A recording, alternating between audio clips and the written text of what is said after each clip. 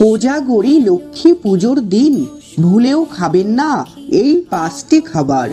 পরিবারে নেমে আসবে চরম বিপর্যয় এবং মা লক্ষ্মী সারা জীবনের জন্য সেই গৃহ ত্যাগ করবেন।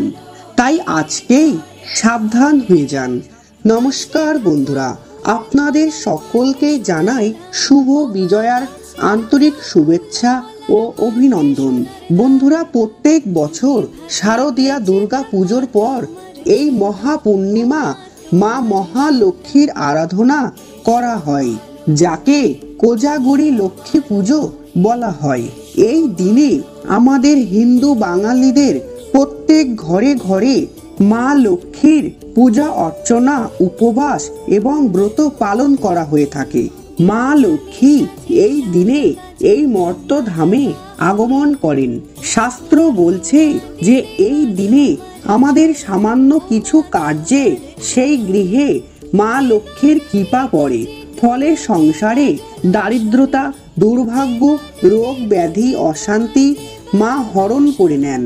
এবং এই দিনেই কিছু ভুলেও কিন্তু মা লক্ষ্মী অত্যন্ত রুষ্ট হয়ে যান, যার ফলে জীবনে দুঃখ দারিদ্রতা আমরা অজান্তেই ডেকে আনি। তাই এই দিনে ভুলেও কিন্তু আপনারা এই খাবারগুলো ভুলেও খাবেন না। তাই এই প্রসঙ্গে বিস্তারিত জানতে অবশ্যই ভিডিওটি শেষ পর্যন্ত দেখবেন। নমস্কার সুপ্রিয় দর্শক বন্ধুরা, আপনাদের সবাইকে স্বাগত জানাচ্ছি আমাদের এই মন্ত্র পূজা বিধি ইউটিউব চ্যানেলে। আশা করি আপনারা সবাই মা লক্ষ্মীর কৃপায় ভালো ও সুস্থ আছেন। আগামী সোমবার কোজাগরী লক্ষ্মী পুজো। প্রতি বছর আশ্বিন মাসের পূর্ণিমা তিথিতে পালিত হয় কোজাগরী লক্ষ্মী পুজো। এই দিন ভক্তরা রাত্রি জাগরণ করে দেবী লক্ষ্মীর আরাধনা করে থাকেন। শারদ পূর্ণিমা তিথিতে রাত জেগে দেবী লক্ষ্মীর আরাধনা করলে জীবন থেকে বাধা বিপত্তি সব কেটে যায়। এই বছর কোজাগরী লক্ষ্মী পুজো পড়েছে 6ই অক্টোবর সোমবার সকাল 11:24 থেকে এবং পূর্ণিমা থাকবে 7ই অক্টোবর মঙ্গলবার সকাল 9:30 পর্যন্ত। যেহেতু সোমবার দিন রাতে পূর্ণিমা তিথি পাওয়া যাচ্ছে, তাই সোমবার দিন লক্ষ্মী পুজো পালিত হবে।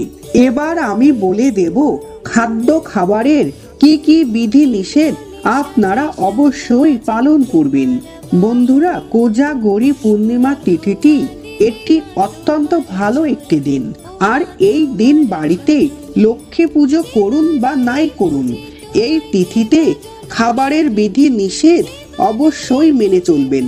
নাম্বার 1, আমিষ জাতীয় খাবার যেমন মাছ, মাংস, পেঁয়াজ, রসুন ইত্যাদি। আমাদের শাস্ত্রে এই আমিষ জাতীয় খাবার সম্পূর্ণভাবে বর্জন করা হয়েছে। তাই এই কোজাগরী লক্ষ্মী পুজোর দিন আপনারা কেউ আমিষ জাতীয় খাবার খাবেন না।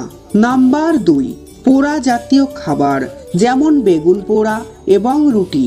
এই পূর্ণিমা তিথিতে পোড়া খাবার খেলে মা লক্ষ্মী অত্যন্ত রুষ্ট হয়ে যান এবং সেই ব্যক্তির বাড়ি লক্ষ্মী ছাড়া হয়। রুটি একটি পোড়া জাতীয় খাবার, তাই কোনো উপবাসে রুটি চলে না। বন্ধুরা, তার বদলে আপনারা লুচি পরোটা খেতে পারেন। লক্ষ্মী পুজোয় মা লক্ষ্মীকে অনেকেই লুচি সুজির ভোগ দিয়ে থাকে, সেটি আপনারা প্রসাদ হিসাবে গ্রহণ করতে পারেন। নাম্বার 3, তেতো জাতীয় খাবার যেমন উচ্ছে, করলা, নিমপাতা ইত্যাদি।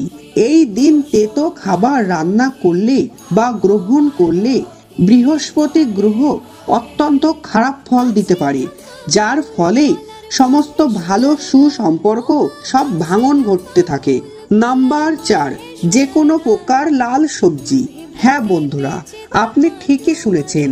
শারদ পূর্ণিমা তিথিতে লাল রঙের সবজি অর্থাৎ বিট, রাঙা আলু, লাল শাক, এই 3টি সবজি আপনারা ভুলেও এই দিন খাবেন না, এমনকি রান্নাও করবেন না।